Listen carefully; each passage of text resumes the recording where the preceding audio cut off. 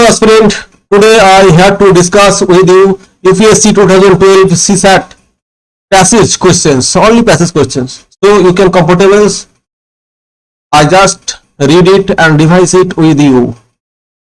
First passage is, today developing economies use much less energy per capita than developed countries such as the United States did at similar incomes, showing the potentials for lower carbon growth. Adaptations and mitigations need to be integrated into a climate smart development strategy that increases resilience, reduces the threats of further global warmings, and improves development's outcomes. Adaptations and mitigations measures and advanced developments and prosperity can raise incomes and foster better institutions, a healthier populations living in better built houses and with access to bank loans and social security is better equipped to deal with the changing climates and its consequences. Advancing robust, resilient development policies that promotes adaptations is needed today because changes in the climates already begun will increase even in the short term. The spread of economic prosperity has always been intertwined with adaptations to changing ecological conditions, but as growth has altered the environments and as environmental changes has accelerated, sustaining growth and adaptability demands greater capacity to understand our environments, generates new adaptive technologies and practices, and diffuse them widely. As economic historians have explained, much of humankind's creative potentials has been directed at adapting to the changing world, but adaptations cannot cope with all the impacts related to climate change, especially as larger changes unfold in the long term. So, countries cannot grow out of harm was fast enough to match the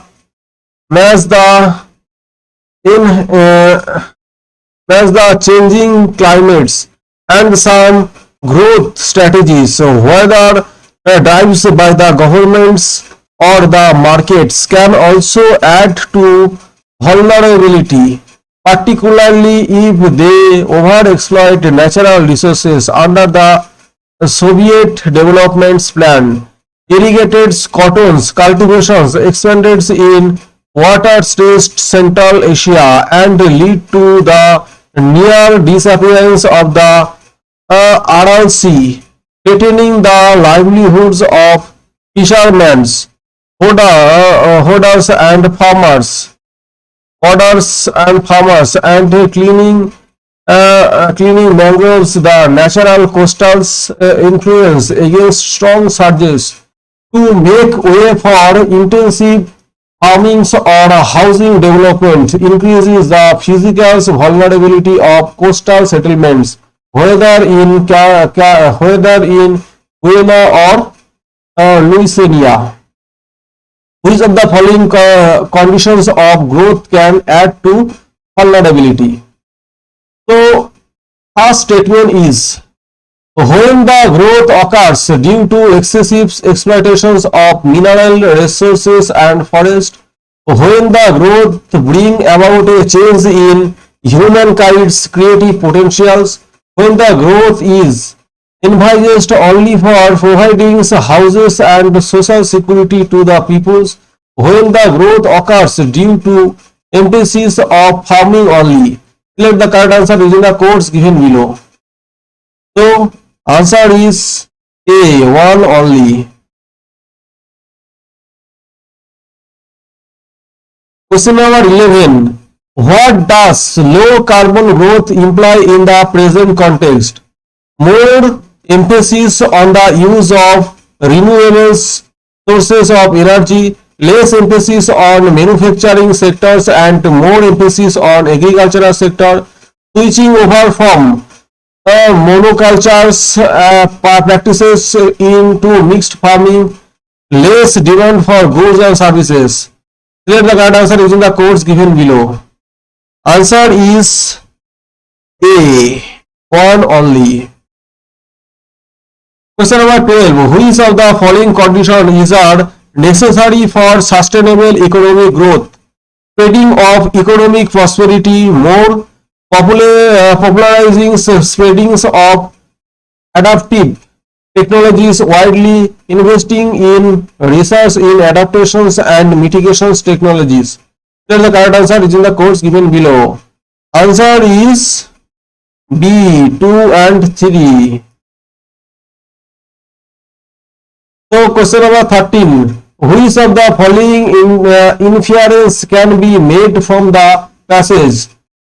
Rained crops should not be cultivated in irrigated areas.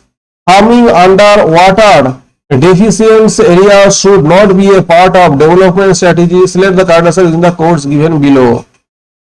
Answer is D, neither 1 nor 2. Consider the following assumptions.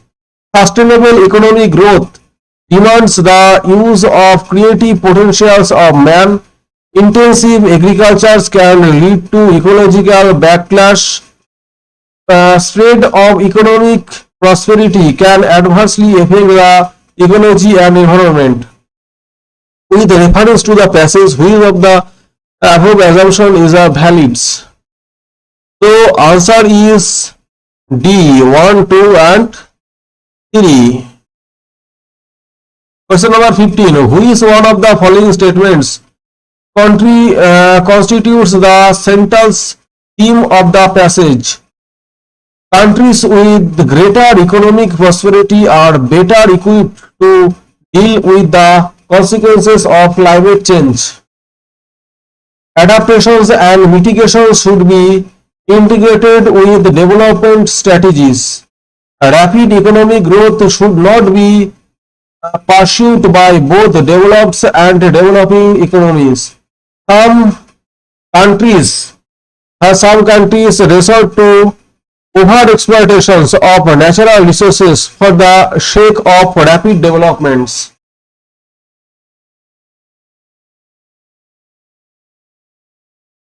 So, answer is B. Adaptations and mitigation should be integrated with development strategies.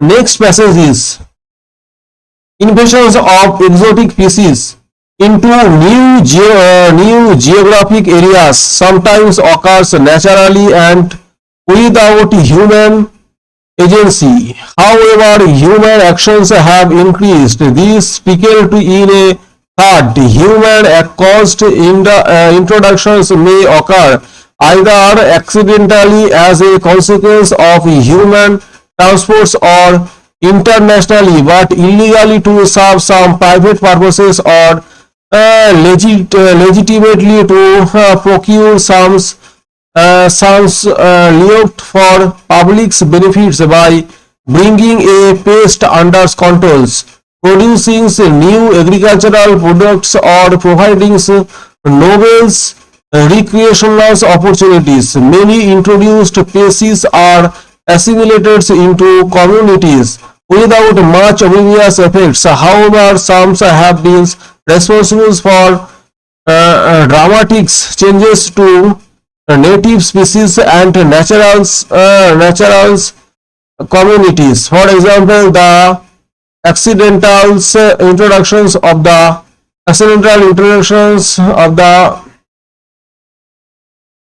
brown trees, snake, Bigo irregularities into Guam and islands in the Pacific has through nest predations reduced 10 endemic forest bird species to the points of extinctions. One of the major reasons for the world great biodiversity is the occurrence of enters of endemism, so that similar habitats in different parts of the world are occupied by different groups of species that happen to have evolved there. If every species naturally had access to everywhere on the globes, we might expect a relatively small numbers of successful species to become dominant in each biomes. The extent to which these homogenizations can happen naturally is restricted by the limited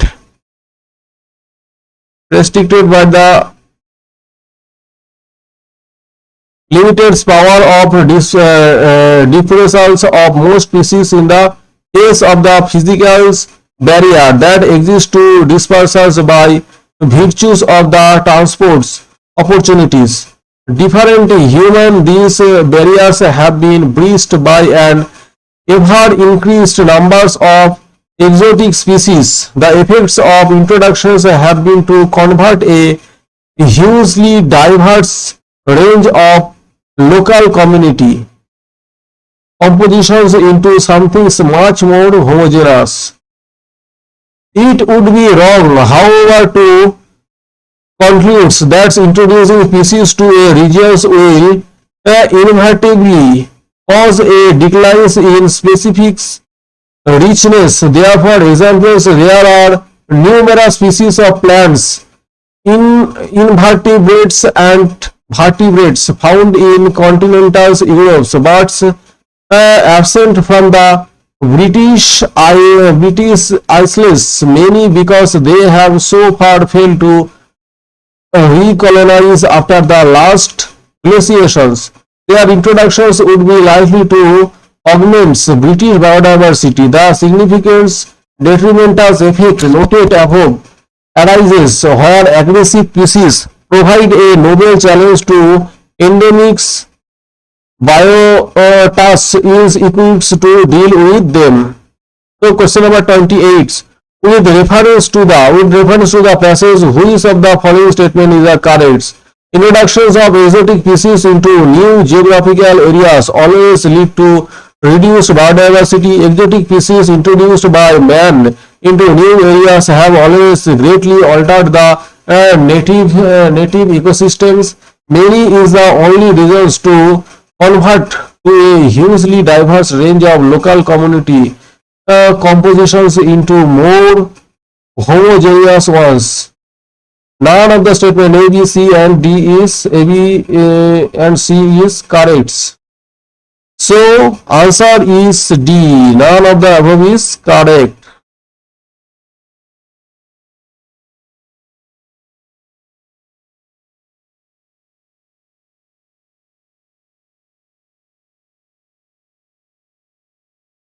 Why does man introduce exotic species into new geographical areas?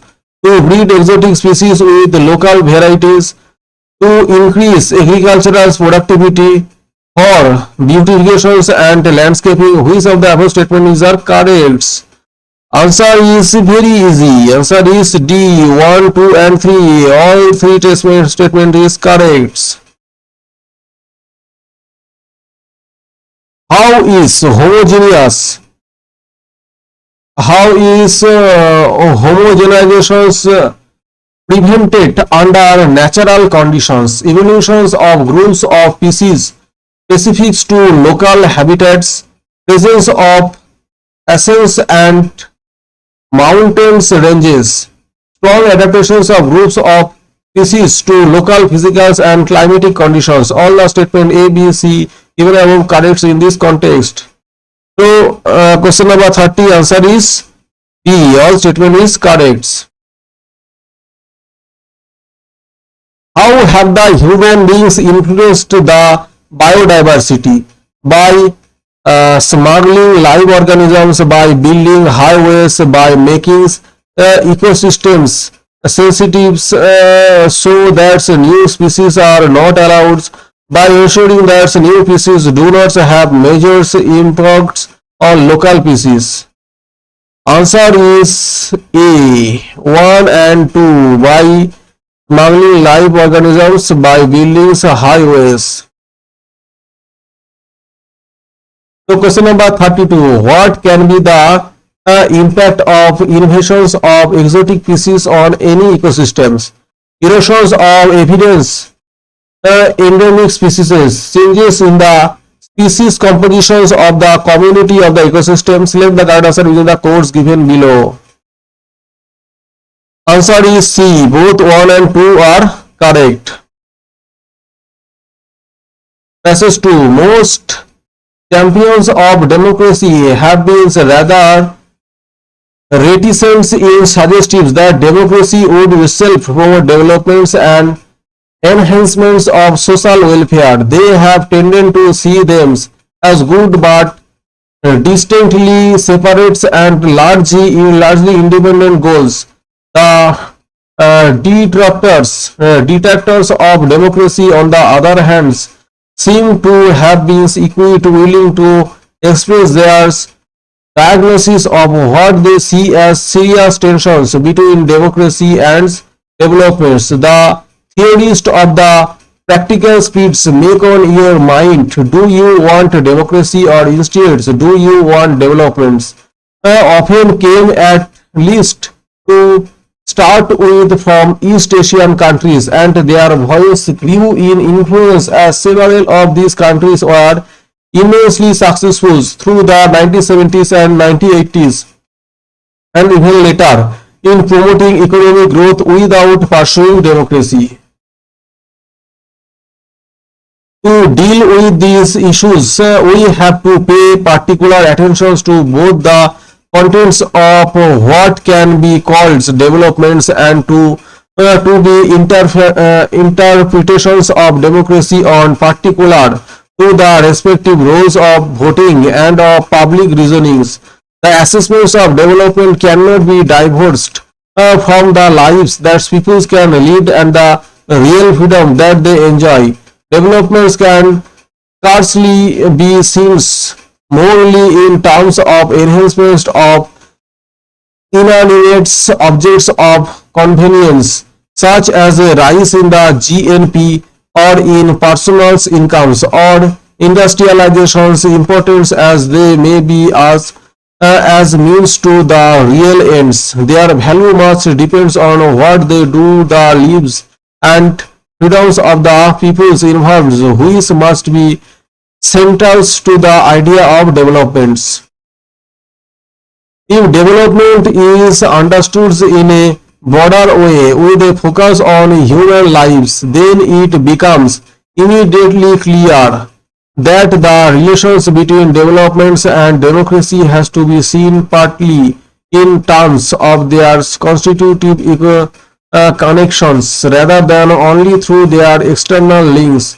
Even though the question has often been asked whether political freedoms is conducive to developments, we must not miss the crucial recognitions that political liberties and democratic rights are among the constituent components of developments. Their relevance for developments does not have to be established indirectly through their contributions of the growth of GNP.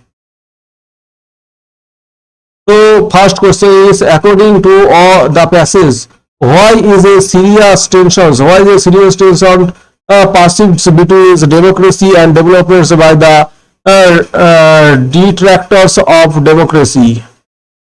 Democracy and developments are distinct and separate goals. Economic growth can be promoted successfully without pursuing a democratic systems of governments.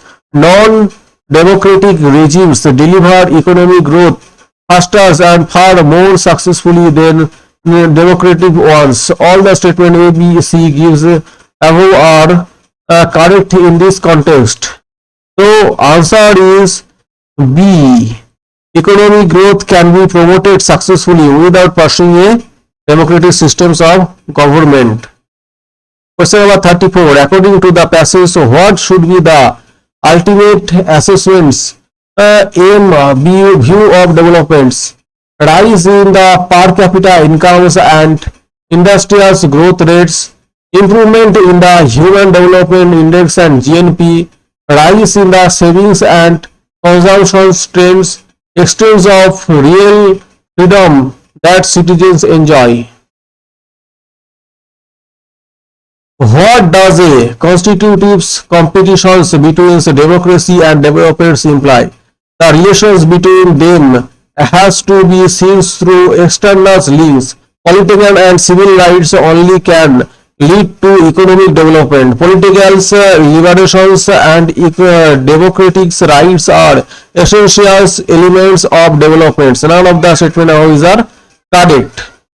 So answer is 35. Answer is C. Political liberations and democratic rights are essential elements of developments. So